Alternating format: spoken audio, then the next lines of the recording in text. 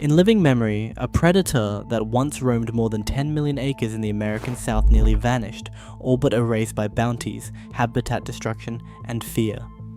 But the truth behind why the Florida panther nearly disappeared is far more tangled than a vanished species.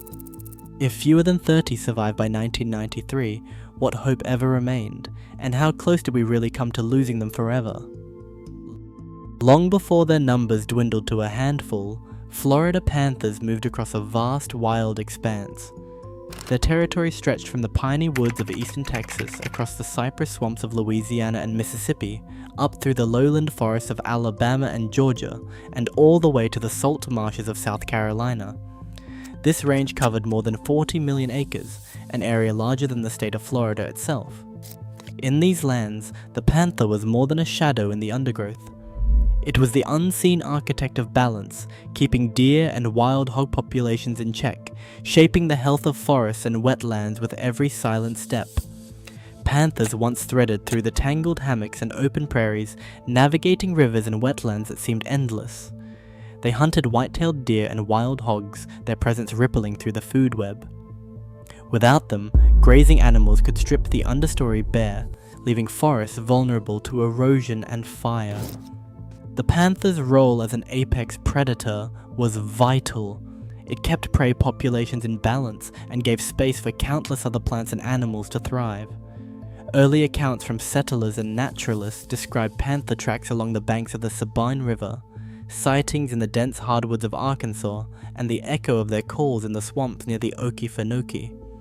Museum records and old field notes confirm their reach, showing a creature at home in pinelands, hardwood forests, and even open grasslands.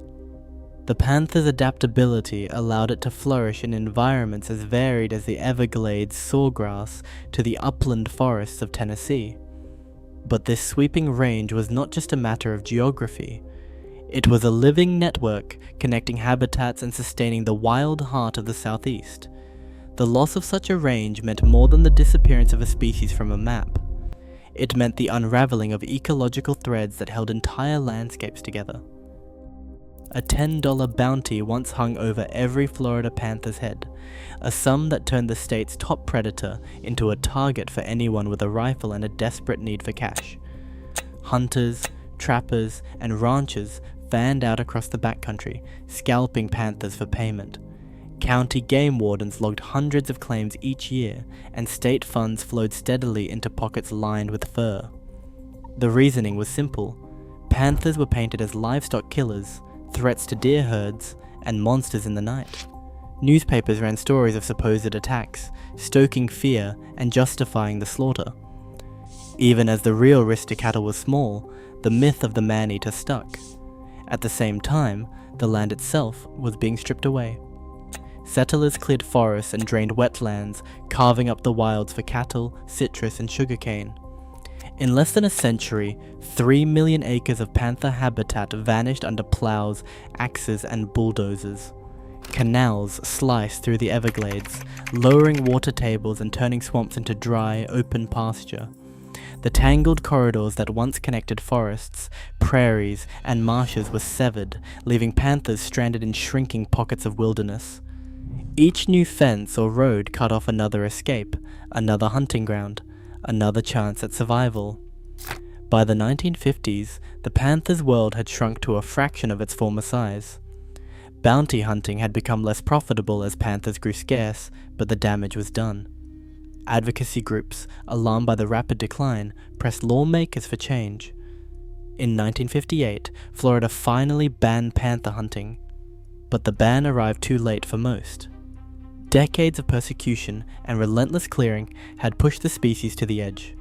The scars left by those years would haunt every attempt at recovery that followed. Golden Gate Estates began as a grand vision, a sprawling subdivision carved straight into the heart of Panther country. In the 1960s, developers drained more than 460,000 acres of wetlands and pine forest in Collier County, slicing through the Fakahatchee Strand and Big Cypress ecosystems. Canals and roads crisscrossed the land, cutting ancient wildlife corridors into fragments. The promise of new homes and easy profit left behind a checkerboard of empty lots and dry ditches, but for the panther, it meant the wild was no longer whole. The damage did not stop at the edge of the Golden Gate. Across southwest Florida, more than 5,000 acres of wetlands vanished every year, replaced by highways, subdivisions, and citrus groves. By the late 1980s, a single stretch of pavement could mean the difference between life and death. In 1989, a panther known as UCFP-13 was struck and killed on a highway, an event that would force a reckoning. Wildlife managers responded by building the first underpasses for panthers along I-75, a rare concession to the needs of a vanishing predator. Isolation brought a quieter threat. With their world reduced to a patchwork of disconnected forests, fewer than 30 panthers remained by the early 1990s. The survivors were trapped in a genetic bottleneck, forced to breed within the same shrinking family tree.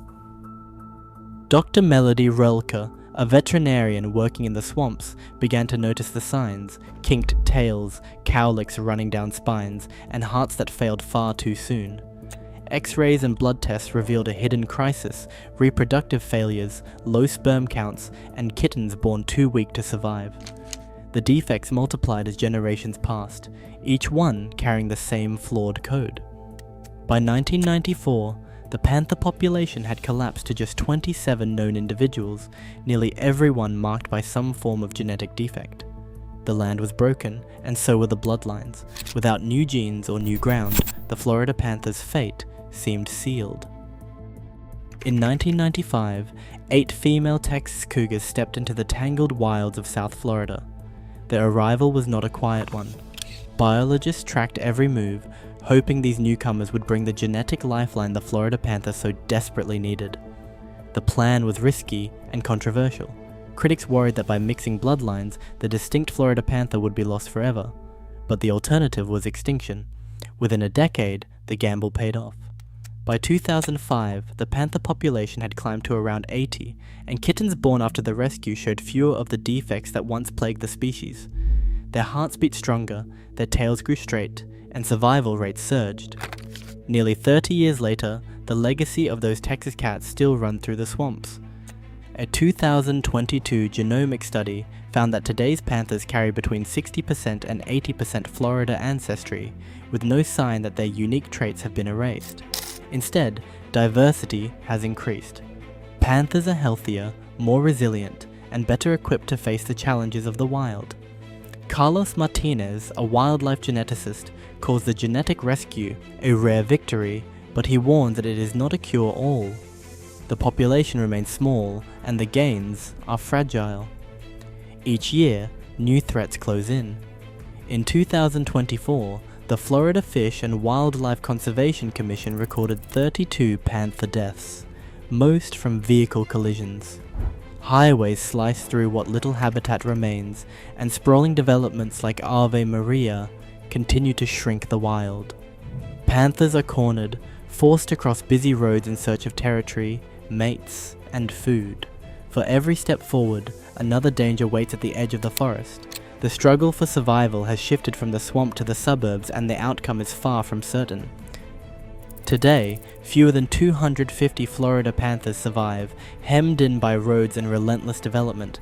Each new construction project carves away their future. Whether this apex predator endures now hinges on the choices we make, not nature. Extinction isn't distant history, it's a decision unfolding in real time. What will we choose?